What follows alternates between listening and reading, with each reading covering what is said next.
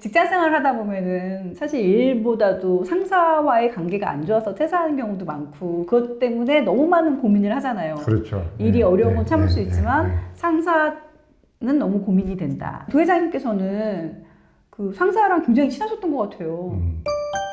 저는 비교적 좋은 상사분들을 많이 만나서 상사 때문에 퇴사까지 고민하고 한 정도로 하지만 그런 부분이 많지 않았었던 것 같아요. 그래서 좋은 상사를 많이 만난 운이 좋은 부분도 있는데 제 나름대로 이제 조금 제가 그렇게 할 수 있는 어떤 기회가 있었다라는 걸 굳이 찾아본다면은 저는 이랬었던 것 같아요. 물론 이제 까탈스러운 상사가 없지 않니 있잖아요. 그럼요. 예. 이제 그분하고 이제 부딪히기도 하고 뭐 때로는 야단 맞기도 하고 때로는 대들기도 하고 이런 부분이 왜 없었겠어요. 많이 있었는데 왜 그럴까 어떻게 될까 뭐가 원인일까를 이렇게 생각하다 보니까 예를 들어서 이런 상사가 있었어요. A로 시작해서 B로 가서 결론이 C야.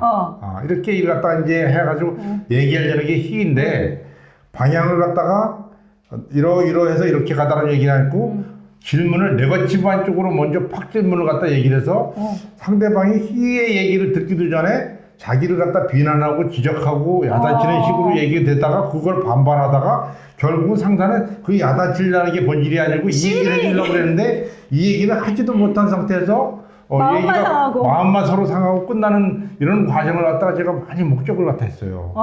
그래서 이제 저 상사하고 어떻게 얘기를 갖다 해야 되지?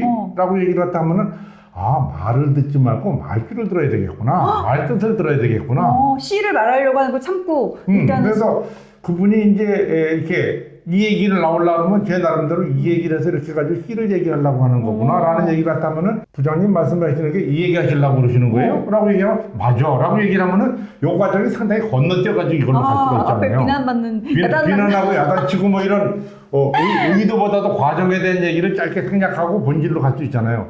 그렇게 되니까 생각이 훨씬 덜해졌었던 이런 팁이 있는데 이거를 제가 이제 부부에 있어서에 대한 어떤 상황으로 보면 요즘에는 그런 게 없었는데 예전에는 이제 그 전화기도 없고 그래가지고 뭐 이렇게 술 먹고 휙하다 보면은 12기도 넘어가지고 들어가고 막 이런 경우가 있고 그러면 이제 저희 집사람 같은 경우는 전업주부였는데 밤새 잠도 못 자고 기다리다가 늦게 들어오면은 왜 이렇게 늦었냐 뭐 이런 식으로 얘기가 되잖아요. 티피컬하게 안 좋은 쪽으로 가는 거는 기다리고 걱정하다가 남편이 들어오면은 부인이 화를 확 내는 거야. 그치? 왜 이게 들어오냐? 왜 연락도 없이 이렇게 술 먹고 들어오느냐? 이렇게 얘기를 하는 거야. 그럼 남편은 이 마누라야, 내가 지금 내가 술 먹고 싶어, 자기가 술 먹고 싶어서 먹었으면서 또 네? 내가 술 먹고 싶어서 먹냐? 천하씩 먹여 살리려고 이렇게 늦게까지 내가 고생을 하는데 뭐 하면서 알아주지도 못하고 하면서 이제 싸우게 되면 이게 부부 싸움으로 가는 거예요. 근데 이건 말을 듣는 거야. 실제로는? 말 뜻은 뭐냐면은 왜 이렇게 늦었어요? 연락도 안 하고가 얘기가 이렇게 늦게 들어와서 아무 연락도 없어서 내가 얼마나 걱정했는지 알아요? 그러니까. 이게 말 뜻이야. 그렇잖아요? 네네. 안 들어오는데 혹시 뭐 이렇게 사고가 나지 않았나? 무슨 일이 일어나지 않았나? 뭐 이런 일이 되잖아요? 그럼 남편은 그걸 말 뜻을 알아들었으면은 왜 이렇게 늦게 들어와요? 라고 얘기해도 반응을 내가 뭐 처자식 먹여 살린다고 이렇게 얘기를 하지 않고 당신 나 때문에 걱정을 많이 했구나. 내가 걱정해 주셔서 미안해요. 이래서 늦었어. 그렇게 되면 부인도 자기의 마음을 알아주니까 이렇게 갔더라도 이렇게 오면 얘기가 이제 좋게 가는 거잖아요. 이게 말과 말 뜻의 차이더라고. 그러니까. 제가 이거를 나중에 어떻게 느꼈냐면은 저도 이제 아까 얘기한 전자 타입이었었지. 솔직하게 얘기를 하면은. 그래가지고 막 얘기를 갖다 했는데 어느 날 그때 토요일 날 그때는 이제 월화수목 금금같이 일을 할 때였으니까 토요일 근무하는 날? 토요일 날 한 4-5시쯤 제가 이제 집으로 퇴근을 했는데 집에 문이 잠겨 있었어요. 그 아파트 문을 갖다가 아무리 초인종을 눌러도 소식이 없어. 처음에는 이 사람이 안에서 자고 있나 뭐 이렇게 했는데 5분 10분을 눌러도 이게 없으니까 불길한 생각이 드는 거야. 어디 나갔나? 아니야. 강도가 들어서 무슨 일이 생겼나? 뭐 별의별 생각이 다 나는 거예요. 근데 한 30분 지나니까 이제 집사람이 시장 봐가지고 이제 뚫레뚫레 오는 거 같다가 이제 저녁 때 됐으니까 시장 봐 온 거겠지. 제가 화를 퍽 냈어요. 이 대낮에 어디 갔다가 이렇게 늦게 들어와가지고 하냐고 화를 딱 내니까 집사람이 딱 침착한 얘기로 당신 대낮에 30분 기다린 거 가지고 나한테 화를 냈는데 새벽에 2시, 3시까지 기다린 내 마음은 어떻겠느냐? 이 얘기를 하니까 내가 마음이 팍 오잖아. 아, 이랬을 때 마음을 당해본 상태에서 얘기를 했는데 이렇구나. 그때부터 내가 그 아까 얘기한 그 적용이 딱 해가지고 그런 어떤 대화의 말과 말뜻을 갖다 이해하게 됐는데 그 부분이 상사와의 대화일 때 굉장히 중요하다. 아, 상사가 얘기하려는 말보다 말뜻을 이해해라. 어떤 분은 말을 갖다 하는데 상당히 좀 이게 말하자면 말투가 좀 이렇게 거슬리게 들리는 분이 있잖아요. 그럼 이제 그거에 대해서 물론 그분이 말을 바꿔야 되는 부분을 해야 되는 게 맞지만 관계를 좋게 해야 되는 주체에서 당신한테 바꾸십시오. 상사를 바꾸세요라고 얘기가 어려우니까 내가 그거를 이해하는 뜻에 대한 걸 본질을 이해하면 되겠다라는 하나고 또 하나를 생각을 하면은 일반적으로 네. 상사가 부하에 대해서 예를 들어서 일이 잘못됐다 야단친다 네. 라고 얘기했을 때 부하가 거기에 대해 서운하고 화가 나고 하는 부분이 상사가 뭔가 잘 알지도 못하고 얘를 지적하는 것 같고 뭔가 잘못된 것 같고 틀린 것 같고 이렇게 하지만 상사가 부하보다 회사의 경험이 크잖아요. 그렇죠. 오래 했잖아요. 네, 어쨌든. 네. 일반적으로 보면 상사가 지적하는 부분이 맞아. 맞는 경우가 많아. 100%는 아니지만. 그러면 부하 직원이 상사가 그렇게 하는 부분을 왜 그렇게 하지? 나는 그렇게 생각하지 않는데? 라는 거를 상사 입장에서 생각해 보려고 노력을 해야 돼, 사실은. 그렇구나. 그게 사실 팁인데, 그게 혹시 이해가 잘 안 될 때가 있죠. 그러면 사실은 뭐 그때는 그렇대도 시간이 지나가면서 상사한테 감다운된 상태에서 무슨 일이고 왜 그런 일을 갖다 해보면 이해가 되는 경우가 많이 있어요.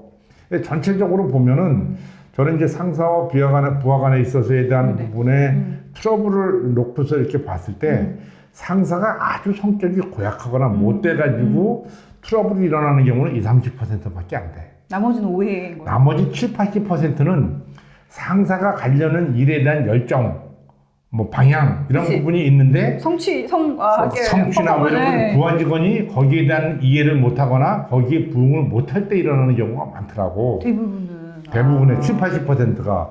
그래서 전체를 갖다가 할 수는 없지만 부하 직원이 상사를 싫어서 떠난다라고 얘기를 했을 때 상사가 못 듣을 경우도 있지만 부하 직원이 상사에 대한 이해가 부족하거나 또 같이 잘해보려는 팁이 부족하다. 이런 부분이 많이 있어요.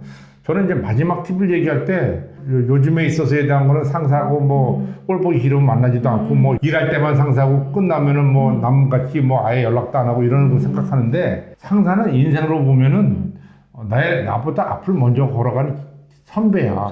길이야. 그러니까 내 인생이 어떤지 다 해보고 경험한 사람들이야, 일반적으로. 그러면 이분한테 여러 가지 조언을 듣고 인생 얘기를 많이 듣고 내가 그걸 갖다가 소화해서 할 건가 안 할 건가를 내 나름대로 판단하는 건 나한테 최소한 제로 플러스 알파지 마이너스가 될 일이 없어.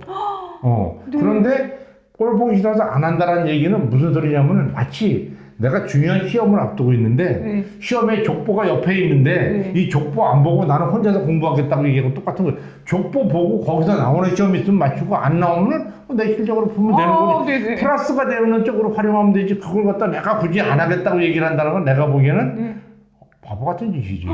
상사를 그렇게 내 의견 쪽으로 좋게 이용을 갖다면은 인생 상담을 해주십시오. 근데 상사가 얘기를 많이 할 거 아니에요? 나하고 안 맞는 거는 빼고 나한테 도움되는 거는 받고 저는 사실 그렇게 해서 도움되는 걸 많이 적고 내가 그때 읽고 그게 내 커리어 커가는데 상당히 도움이 많이 됐어요. 그러셨구나. 나중에 상사가 되셨을 때 부하들 중에 인생 상담 하겠다고 뭐 부장님, 만사님, 부사장님, 사장님 소주 한 잔 사주세요 이러면 해주셨어요? 한때 많은 영향을 끼치신 분 중에 한 분이 계셨는데 그분이 이제 반도체 초창기에 워낙 국내는 이제 인재가 없었기 때문에 해외에서 이제 스카우트에 오신 그런 임원분이셨는데 제가 이분을 모시고 이제 출장을 많이 다녔어요. 실무자로. 그래서 출장을 많이 다니면 이제 그 비행기, 뭐 식당, 뭐 호텔 이런 데서 시간이 있으니까 회사 생활은 어떻게 해야 되고 리더는 어떻고 뭐 이 업의 본질은 어떻고 당신이 이제 인생을 하면서 쌓인 얘기를 다 했어요. 그래서 그걸 제 나름대로는 좋은 얘기를 갖다가 이제 막 그냥 적어놓고 출장 교육해가지고 깨끗하게 정서를 해놓고 그 30년 동안 보관해놓고 있었어요. 그래가지고 제가 이제 경영자가 되고 나서 이분 미국 실리콘밸리에 사셨는데 제가 출장 갈 때 이제 그분 부부를 모시고 저녁 식사를 같이 하면서 선물로 그분이 나한테 해준 그 딱 손글씨를 썼었던 거죠. 그걸 스캔해가지고 앨범을 만들어서 드렸어. 이분이 너무너무 좋아하시더라고요. 감동 그 자체시네요. 이런 부하가 있다니. 조사장. 내가 조사장한테 한 얘기를 수많은 후배들한테 했는데 조사장이 내 얘기를 제일 잘 들어줘서 이렇게까지 했고 내 덕분에 사장까지 된 거에 대한 고마운 얘기를 하니까 너무너무 내가 보람이 된다. 이걸 가보러 가줄게. 네. 라고 이제 얘기를 갖다 해서 내가 굉장히 기쁘게 들었던 적이 있어요. 이게 이제 상황이 바뀌어서 나도 이제 그런 그 좋은 선배들한테 팁을 얻어가지고 성장했기 때문에 좋은 후배들한테 제가 이제 여러 가지 팁을 많이 이제 해줬잖아요.